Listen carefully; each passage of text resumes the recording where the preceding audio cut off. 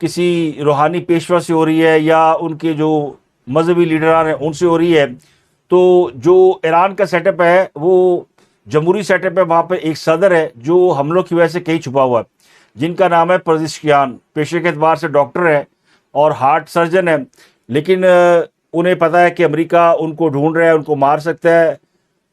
ایران کی روحانی پیشوا آیت اللہ خامنئی کو جنہوں نے نشانہ بنایا اور ایران کی آلموسٹ ساری قیادت کو انہوں نے مار دیا اور اٹیک پہ اٹیک کر رہے ہیں.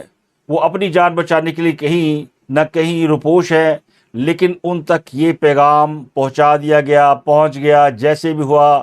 تو انہوں نے ایک ویڈیو ریکارڈ کرائی اور کہا کہ وہ اس بات پر معذرت خواہ ہیں کہ ان کے ہمسائے ان کی وجہ سے پریشان ہوئے. تو آئندہ اگر ان کے ہمسائے اپنی زمین ان کے مخالفین کو یعنی امریکہ اور اسرائیل کو استعمال کے لیے نہیں دیں گے تو پھر ایران کوئی رد عمل نہیں دے گا، ان کے اوپر کوئی حملہ نہیں کرے گا. جو ہو چکا سو ہو چکا، اس پہ انہوں نے انڈائریکٹلی معذرت کر لی. آرمی چیف نے جو ایران کو میسج دیا تھا وہ بڑا خوفناک اور لرزا دینے والا تھا.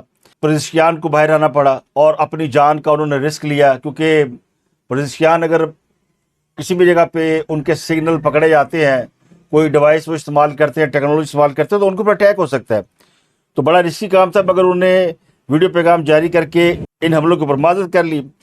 تو یہ پیغام انہوں نے صرف سعودی عرب کے لیے نہیں دیا بلکہ پورے ریجن کے لیے دیا. اب گیس پاکستان کی ضرورت ہے تو قطر جو ہے وہ بھی بینک کر رہا ہے پاکستان کے اوپر.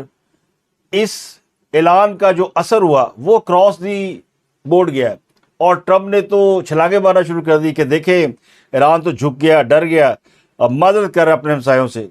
حالانکہ یہ اخلاقی معذرت ہے، یہ کوئی معاہدہ نہیں ہوا، یہ کوئی ڈیل نہیں ہوئی. پاکستان نے چونکہ ایران کو بھی بہت ساری ایشورنس دے رکھی ہے اور ایران پاکستان کے اوپر پورا یقین رکھتا ہے. عرب ممالک کی نسبت پاکستان کے اوپر ایران کا اعتماد زیادہ ہے. یہی وجہ کہ اس نے انڈیا کے ساتھ اپنے لمبے ریلیشن شپ کو کٹ آف کیا اور مئی کے بعد پاکستان کے ساتھ کھڑا ہے. جیسے ہی ایرانی صدر کا بیان آیا تو یو اے کے جو صدر ہیں محمد بن زید، جو کئی دنوں سے جن کی سانس ہی خشک ہوئی تھی، پتہ نہیں کہاں چھپے بیٹھے ہوئے تھے، نہ کوئی سٹیٹمنٹ، نہ امارات کی گورنمنٹ کی طرف سے کوئی بہت زیادہ اس کے اوپر بات ہو رہی تھی. 2-3 دن پہلے ان کے جو چند لوگ ہیں انہوں نے آ کے یقین دلانے کی کوشش کی، وہ بھی دبئی کے حکام نے، کہ سوری ہماری زمین آئندہ استعمال نہیں ہوگی تو ہمارے اوپر اٹیک نہ کیا جائے. وجہ کیا ہے کہ دبئی بہت ہی بری طرح ڈیمیج ہوا ہے اور ابو ظبی بھی ڈیمیج ہوا ہے. دونوں ممالک جو ہیں وہ کچھ عرصے سے دنیا بھر کے جو بلینرز ہیں ان کے لیے ایک سیف ہیون بنے ہوئے تھے. ایک تو ہانگ کانگ کا فال اور دوسرا یوکرین کی جنگ کی وجہ سے جو دنیا بھر کے انویسٹر ہیں انہوں نے دبئی کو اپنے لیے سیف ہیون سمجھ رکھا تھا. لیکن اب وہاں پہ بھی اگر میزائل گرے ہیں، وہاں پہ بھی اگر بہت کچھ ہوا تو پھر یو اے ای اور دبئی ان دونوں کے لیے شدید مشکلات ہیں. تو اب ہوا یہ ہے کہ ایمراٹس نے اپنی پروازیں بحال کرنے کا اعلان کیا، قطر نے بھی اپنی فلائٹیں بحال کرنے کا اعلان کر دیا ہے اور یو اے ای کے صدر محمد بن زید بھی اپنی کسی کچار سے باہر آ گئے ہیں، انہوں نے اسٹیٹمنٹ بھی دیا ہے. یہ سب کیوں ہوا؟ کوئی پوچھے تو کہنا حافظ آصف منیر آیا تھا. تو یہ حافظ صاحب کی گارنٹی ہے. حافظ صاحب اس میدان کے اندر اترے ہیں اور انہوں نے ثابت کیا ہے کہ وہ بدنیت نہیں ہے اور ان معاملات میں استقامت رکھتے ہیں، اور جس ذات پہ ان کا یقین ہے اسی یقین کی بنیاد پر انہوں نے مئی میں پاکستان کو ایک ایسی فتح دلائی جو پاکستان کی اب تک کی پوری ہسٹری کے اوپر حاوی ہے. وہ ہسٹری جو ہوتی ہے وہ کچھ وقت گزرنے کے بعد بتاتی ہے کہ وہ کہاں پہ کھڑی تھی، کیونکہ دور حاضر میں شاید لوگوں کو احساس نہیں ہوتا کہ وہ کن ادوار سے گزرے ہیں. تو میں نے 90 میں جو عراق کویت وار ہوئی تھی اور پھر مڈل ایسٹ کے حالات ہوئے تھے وہ اپنی آنکھوں سے دیکھے ہوئے. I was there in Dubai. تو آج کل بھی حالات وہاں پر ایسے ہی ہیں. اب جب حافظ صاحب کی انٹری ہوئی ہے تو چیزیں بدلنا شروع ہو گئی ہیں. ٹرمپ نے اس کا ایڈوانٹیج یہ لیا کہ یہ سب ہمارے خوف سے ہو رہا ہے، کیونکہ یہ اناؤنس تو نہیں کیا ایران نے کہ حافظ آصف منیر صاحب نے ہمیں سمجھایا اور ہم اس لیے کر رہے ہیں، کیونکہ اس طرح تو پھر پاکستان اور ایران کی ایک نیکسس جو ہے وہ ڈکلیئر ہو جائے گی اور وہ دنیا جو ایران کے خلاف لڑ رہی ہے وہ پاکستان کے خلاف بھی لڑنے کے لیے آمادہ ہو سکتی ہے. تو پاکستان نے نیوٹرل رہتے ہوئے ایک پوزیشن لی ہے. تو ٹرمپ نے اس کا کریڈٹ لے لیا، اس نے دھمکی دی ہے کہ اب ہم حملہ کرنے جا رہے ہیں۔ تو اس صورتحال میں ٹرمپ کو ایک موقع مل گیا، بڑا حملہ کرنے جا رہے ہیں۔ بڑا حملے کا مطلب یہ ہوتا ہے کہ ہن گل مک جائے گی، اب ہم نے آر یا پار کرنا ہے۔ تو آر یا پار میں دو صورتیں ہو سکتی ہیں، یا تو ایران کو فتح کرنا ہے یا پھر ایران پر ایک بڑا حملہ کر کے وہاں سے نکلنا ہے۔ تو اس پلان میں اگر کوئی گڑبڑ نہ ہوئی تو اگلے چند دنوں میں یہ معاملہ سمٹتا ہوا نظر آئے گا۔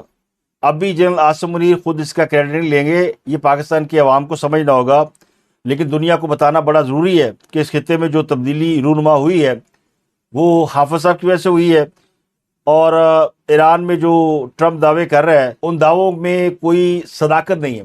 مطلب ٹرمپ یہ دعویٰ کر رہا ہے کہ اس نے 42 بحری جہاز جو ہے وہ ان کے تباہ کر دیے ہیں، ایرانی فضائی اور ٹیلی کمیونیکیشن کو بھی ناکارہ کر دیا ہے۔ ایران کی فضائیہ تو پہلے ہی نہیں ہے، ایران کی جو بیسک ملٹری ہے وہ میزائل ٹیکنالوجی کے اوپر انحصار کرتی ہے، اور کوئی اس کے بعد بڑے بڑے بحری جہاز بھی نہیں ہیں کہ وہ بحری جہاز اگر گرا دیے جائیں تو امریکہ جیت سکتا ہے۔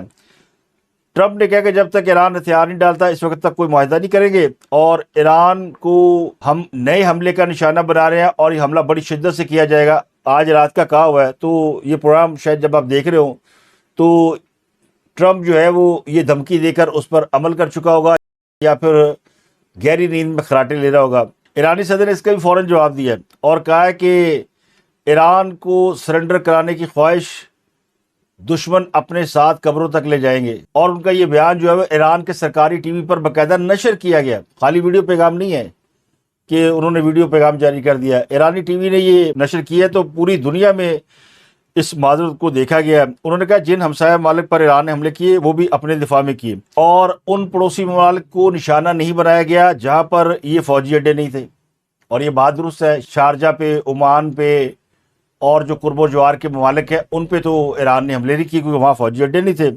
انہوں نے کہا کہ ایرانی عبوری قیادت کونسل نے فیصلہ کیا ہے کہ اب ہمسایہ ممالک کو نشانہ نہیں بنائیں گے، صرف اسی صورت میں حملہ کریں گے جب ایران پر حملہ انہی ممالک کی سرزمین سے ہوگا۔ تو اب یہ بڑا اہم نقطہ ہے۔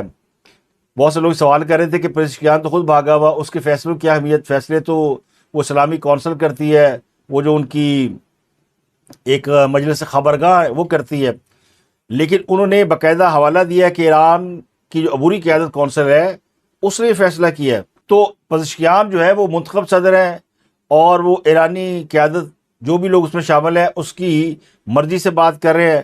اب آیت اللہ خامنئی جو ہے نہیں، ان کے بیٹے مجتبیٰ خامنئی یا اسلامی انقلابی گارڈز کے جو لوگ ہیں وہ اس ملک کو رن کر رہے ہیں۔ اس سارے ایپیسوڈ کے بعد امارات کے صدر محمد بن زید ال نہیان وہ پہلی مرتبہ انہوں نے عوامی سطح پر بیان جاری کیا ہے، اور انہوں نے کہا ہے کہ یو اے ای آسان شکار نہیں ہے، ہماری کھال بڑی سخت ہے، موٹی ہے، اور انہوں نے یہ بھی کہا کہ امارات کا جو فضائی دفاعی نظام ہے وہ خطرات کا جواب دے رہا ہے، ہم حالت جنگ میں ہیں، ہم اپنے ملک، عوام اور یہاں کے رہائشی جو کہ ہمارے خاندان کا حصہ ہے ان کے لیے اپنا فرض ادا کریں گے، اور دبئی سمیت متحدہ عرب امارات کی 7 ریاستوں میں موجود ہر شخص کی حفاظت کریں گے۔ وہ کہتے ہیں نا جب سیاں بھائی کوتوال تو ڈر کہے گا، گرنٹیاں حافظ دیاں تے تڑیاں یو اے والیاں دیاں۔ اور ذرا یہ بھی کہتے ہیں کہ پزشکیان کو انہوں نے جو میسج دیا اس میں ترکی کے اوپر حملے پر بھی ناراضگی کا اظہار کیا گیا ہے۔ تو اب ترکی کے جو صدر ہے اردوان، ان کا بھی سٹیٹمنٹ باقاعدہ سامنے آیا ہے۔ حملہ ہوئے 2-3 دن ہو گئے ہیں، وہاں بھی خاموشی چھائی ہوئی تھی، تو ان کا بھی بیان سامنے آ گیا ہے، اور انہوں نے بھی اس کے اوپر ناراضگی کا اظہار کیا۔ یعنی اب سارے یہ کریڈٹ لینے کی کوشش کر رہے ہیں کہ چونکہ میں نے ریئیکشن دیا تو ایران پیچھے ہٹا ہے، میں تو ڈرا نہیں، میری کھال بڑی موٹی ہے۔ تو عربی جو ہے وہ اب باہر نکل آئے۔ اب سوال یہ کہ کیا واقعی عرب ممالک امریکہ کو اپنے اڈے استعمال نہیں کرنے دیں گے؟ تو اس بات کی گارنٹی امریکہ نے بھی ان کو دی ہے۔ امریکہ نے ان ممالک کو کہا ہے کہ آپ اپنے اپنے ملک کا خیال کریں، ہم ان کے ساتھ معاملات کو خود ہی ڈیل کر لیں گے۔ اور چونکہ امریکہ کے 2 لاکھ شہری اس وقت مڈل ایسٹ کے اندر پھنسے ہوئے ہیں، وہ میں نے آپ کو بتا دی، تو اس کے لیے پہلا کام یہ کہ فلائٹیں اوپن ہو جائیں اور وہاں سے امریکن نکل کے اپنے ملکوں میں چلے جائیں۔ تو اس کے لیے امارات نے پہلے آ کے اعلان کیا، پھر سعودی عرب کی گارنٹی بھی آئی، اور اب ایران نے جواب دے دیا کہ ٹھیک ہے اٹیک نہیں ہوگا تو ہم بھی واپس اٹیک نہیں کریں گے۔ تو یہ عارضی بندوبست بھی ہو سکتا ہے، بس جیسے امریکی وہاں سے نکل جائے اور پھر امریکہ ان کے اڈے استعمال کرے تو پھر ظاہر ہے ایران ریئیکشن دے گا. لیکن دو اور اہم خبریں ہیں اس حوالے سے، وہ بڑی امپورٹنٹ خبریں ہیں. ایک تو یہ کہ امریکہ نے ایک بڑی تربیتی مشق اچانک منسوخ کر دی ہے، جس کے بعد اس فوجی دستے کی مشرق وسطیٰ میں ممکنہ تعیناتی کی قیاس آرائیاں شروع ہو گئی ہیں. امریکی اخبار نے رپورٹ کیا کہ امریکی فوج نے ایلیٹ ایئر بورن ڈویژن کے ہیڈ کوارٹر کی بڑی تربیتی مشق اچانک منسوخ کی ہے. یہ 4 سے 5 ہزار فوجیوں پر مشتمل بریگیڈ ہے، اور ان کو کہا گیا کہ اگلے 18 گھنٹوں میں ان کی تعیناتی ہونے جا رہی ہے. اب یہ تعیناتی مڈل ایسٹ میں ہوتی ہے، کہیں اور ہوتی ہے، لیکن واشنگٹن پوسٹ نے کہا کہ امریکی فوج جلد ہی اس ڈویژن کے ایک ہیلی کاپٹر یونٹ کی مشرق وسطیٰ میں پہلے سے طے شدہ تعیناتی کا اعلان کرنے والی ہے. تو امریکی عوام جو زمینی فوج بھیجنے کے مخالف ہیں، اور جو سروے ہے اس کے مطابق 12% لوگ صرف اس بات کے حامی ہے کہ امریکہ ایران کو فوج بھیج کر فتح کر لے، 60% اس کی مخالفت کر رہے ہیں، باقی لوگ اس پر رائے زنی نہیں کر رہے. لیکن اس دوران ایک اور رپورٹ سامنے آئی ہے. یہ امریکہ کی 18 انٹیلیجنس ایجنسیوں کی رپورٹ ہے، جس نے یہ بتایا کہ امریکہ جتنا چاہے زور لگا لے، جو مرضی کر لے، بڑے پیمانے پر حملے کر لے، لیکن ایران کے اندر رجیم چینج ممکن نہیں ہے. واشنگٹن پوسٹ نے کہا کہ بڑے پیمانے پر حملہ بھی ایران کی حکومتی اور فوجی قیادت کو ختم کرنے میں کامیاب نہیں ہو سکتا. اس رپورٹ کو 18 انٹیلیجنس ایجنسیوں کی حاصل کردہ معلومات کی بنیاد پر تیار کیا گیا. یہ رپورٹ حملے سے پہلے کی ہے، لیکن یہ رپورٹ اب سامنے آئی ہے. یعنی اس رپورٹ کی ایتھینٹسٹی کو مان لیا گیا ہے کہ واقعی ایسا ہو رہا ہے کہ ایران انویڈ نہیں ہو رہا. تو رپورٹ سامنے لائی گئی ہے کہ ایجنسیاں پہلے کہہ رہی تھی کہ ایران جو ہے وہ فتح نہیں ہو سکتا. اس رپورٹ میں یہ بھی کہا گیا کہ اگر آیت اللہ خامنہئی کو قتل کیا گیا تو ایران کی مذہبی اور فوجی قیادت پہلے سے طے شدہ پروٹوکول کے مطابق ریئیکشن دے گی، اور ویسے ہی ہوا ہے. اور پھر اس کے بعد بھی یہ کہا گیا کہ ایران کی اپوزیشن کا ملک پر کنٹرول حاصل کرنے کا 1% بھی چانس نہیں ہے. رپورٹ میں یہ واضح نہیں کہ بڑے پیمانے پر حملوں سے مراد موجودہ فوجی کارروائی ہے یا نہیں، یعنی اگر وہاں زمینی فوج بھیجی جاتی ہے تو بہرحال یہ رپورٹ بھی اس بات کو ظاہر کریے کہ امریکہ کے لیے آگے بھی معاملات آسان نہیں ہے، اور امریکہ اس موقع سے فائدہ اٹھا سکتا ہے، اٹیک کر سکتا ہے بڑا، اور نکل سکتا ہے. بعض ذرائع نے دعویٰ کیا کہ ایران نے اپنی حکمت عملی کا رخ تبدیل کیا ہے، اور اب عرب اتحادیوں سے موڑ کر براہ راست آبنہ ہرمز کے اوپر فوکس کر لیا ہے، اور اسی لیے دھمکیاں دی جا رہی ہیں کہ کوئی آبنہ ہرمز سے گزر کے دکھائے، چاہے وہ اسرائیل ہو چاہے امریکہ ہو. لیکن ساتھ ہی جو کلیئرنس دی ہے پاسداران انقلاب نے کہ کسی اور ملک کے جہاز گزرنے آنے جانے پر کوئی پابندی نہیں ہے.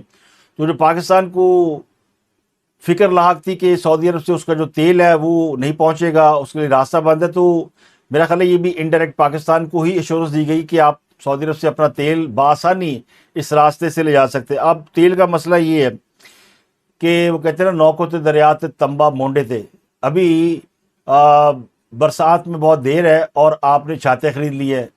تو یہ صورتحال ہے کہ پاکستان نے بحران سے پہلے ہی نمٹنے کے لیے پیٹرول کی قیمت میں اضافہ کر دیا، اور یہ اضافہ دنیا کے کسی ملک نے نہیں کیا. ابھی تک کسی ملک میں پیٹرول یا ڈیزل کی قیمت میں اضافہ نہیں کیا گیا. گو عالمی منڈی میں تیل مہنگا ہوا ہے. ہمارے پڑوسی بھارت، یہاں پر تو انہوں نے باقاعدہ اعلان کیا کہ بہن پیٹرول اور ڈیزل کی قیمت نہیں بڑھنے جا رہی، فکر نہ کریں، ہم نے بڑا تیل اکٹھا کیا ہوا ہے.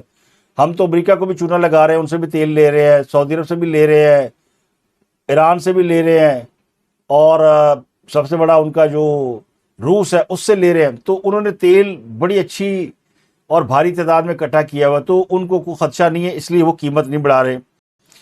لیکن دوسری طرف پاکستان نے قیمت بڑھا دی ہے، اور وہ بھی 55 روپے. آج مٹی کے تیل کی قیمت بھی بڑھا دی گئی، اور مٹی کے تیل کی قیمت 103 روپے سے زیادہ بڑھائی گئی پر لیٹر. تو یہ بھی بہت بڑا اضافہ ہے، اور شور اتنا مچ گیا کہ میاں صاحب نے بلا لیا پھر سارا. شہباز شریف صاحب اور ان کی کیبنٹ کے لوگ گئے ہوئے تھے ملنے کے لیے. میاں صاحب نے پوچھا، ہاں بھائی یہ پیٹرول کیوں مہنگا کر دیا ہے، اور کس سے پوچھ کے مہنگا کیا ہے؟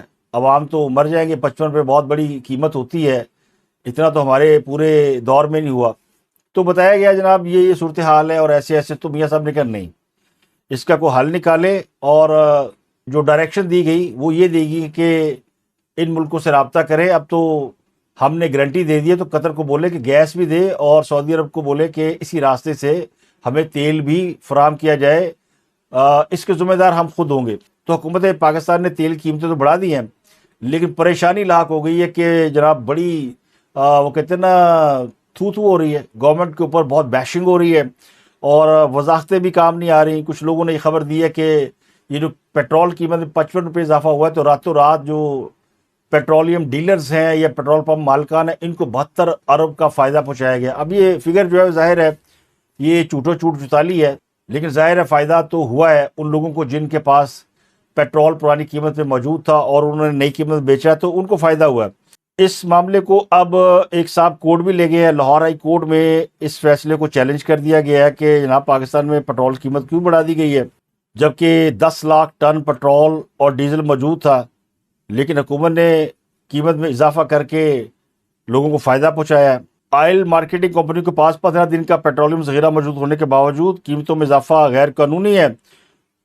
عدالت ان سے تمام تفصیلات مانگے اور دودھ کا دودھ اور پانی کا پانی کرے، کیونکہ پیٹرول قیمت میں اضافے کا مطلب ٹرانسپورٹ، بجلی، زراعت اور اشیاء خرد و نوش قیمتوں میں اضافہ۔ تو بات تو صحیح ہے کہ کرائے فوراً لوگوں نے بڑھا دیے ہیں اور یہ جو ایل پی جی گیس ہے اس کی آفیشیل پرائز ابھی بڑھائی نہیں گئی، لیکن اس میں بھی لوگ اضافی قیمت وصول کر رہے ہیں اور ایک اندیکھی کیفیت ملک کے اندر پائی جاتی ہے جو بے چینی کی ہے، بحران کی ہے یا غیر یقینی کی ہے۔ یہ غیر یقینی کی صورتحال کی وجہ سے لوگوں نے مارداڑ شروع کر دی ہے، چیزیں مہنگی بیچ رہے ہیں، ذخیرہ اندوزی ہو رہی ہے اور اس پر کوئی کنٹرول نظر نہیں آتا۔ یہ وجہ کہ میاں صاحب نے پھر سنا کہ اچھی خاصی کوالی کی ہے اور اس کے اثرات اگلے 1-2 دنوں میں سامنے آ سکتے ہیں اور شاید موجودہ جو خلیج کی صورتحال ہے بہتر ہونے کی بنیاد پر یہ اضافہ واپس ہو جائے، لیکن ابھی اس کی کوئی گارنٹی نہیں کہ کچھ لوگ کہہ رہے ہیں جناب یہ 400 روپے تک جائے گی، اور یہ پیشن گوئی جو ہے ہمارے مرشد نے کر رکھی ہے۔ ہم اور آپ کون ہوتے ہیں؟ ہمارے مرشد نے فرمایا تھا کہ جب ایران کی جنگ ہوگی تو پیٹرول ڈیزل 400 روپے پر لیٹر ہو جائے گا۔ اب اگر کوئی عالمی جنگ شروع ہو جاتی ہے، اگر ایران کی جنگ ہو جاتی ہے تو تیل کی قیمت 400 500 ہو سکتی ہے، یہ ہمارے قابو میں تو نہیں۔ اور پھر جو پاکستان چیزیں باہر سے منگواتا ہے، مثلا تیل، پھر بجلی، آدھی بجلی تیل پہ چلتی ہے وہ مہنگی، پھر جو ہم گھی منگواتے ہیں وہ باہر سے جو تیل آتا ہے جو پام آئل ہے وہ دگنا ہو گیا،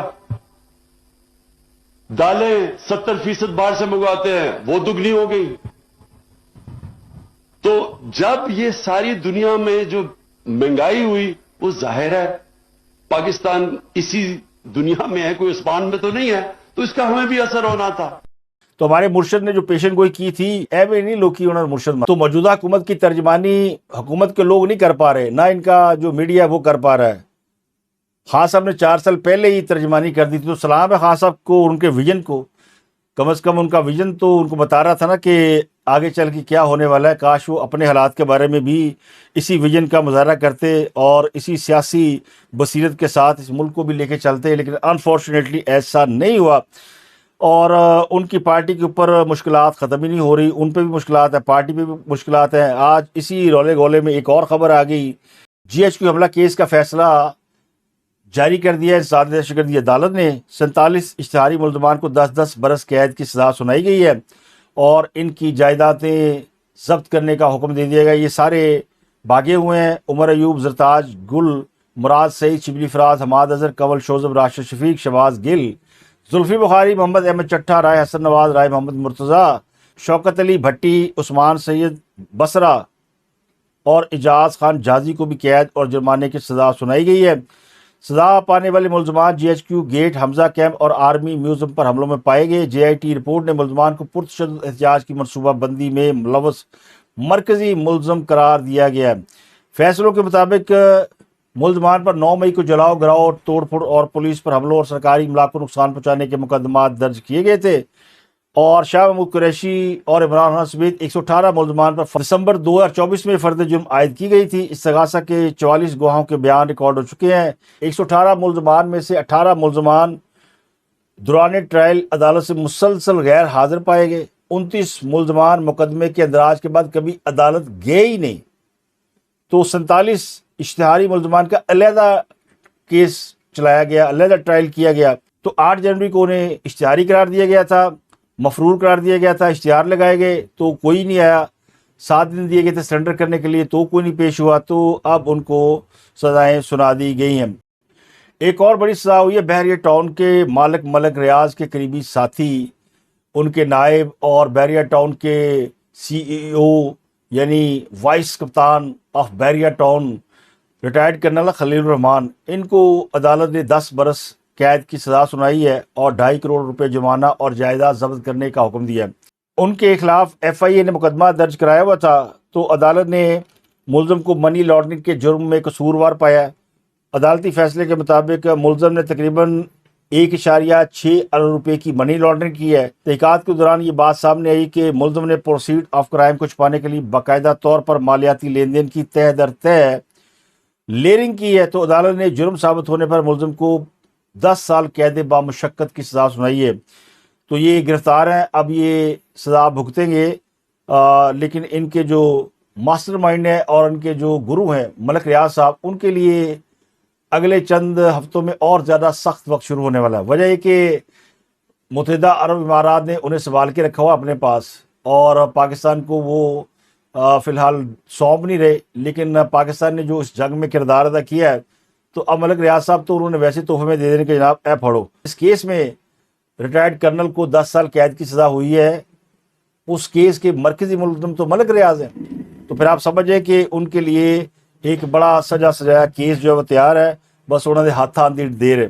اس کے علاوہ افطار کے وقت ایک بہت ہی بری خبر سامنے آئی جب جنوبی وزیرستان کے علاقے لوئر وانا کے رستم بازار میں دھماکہ ہوا جس میں 2 پولیس اہلکار اور 2 شہری شہید ہو گئے ہیں. اس واقعے میں پولیس کی ایک گاڑی کو ریموٹ کنٹرول ID سے نشانہ بنایا گیا یا پہلے سے کوئی ID نصب کی گئی ہوئی تھی. تو جب شام کے وقت یعنی افطار کے وقت بازار میں رونق تھی, مرزا عالم پٹرول پمپ کے قریب پولیس گاڑی کھڑی تھی, وہاں پر یہ دھماکہ ہوا ہے. میرے پاس جو اطلاع ہے وہ 4 افراد کی ہے, بعض لوگ کہتے ہیں 10 افراد اس واقعے میں جاں بحق ہوئے ہیں. آپ سے ملاقات ہوتی اگلے ولاگ میں. اپنا اور گردنوا کے لوگوں کا بہت خیال رکھیے گا.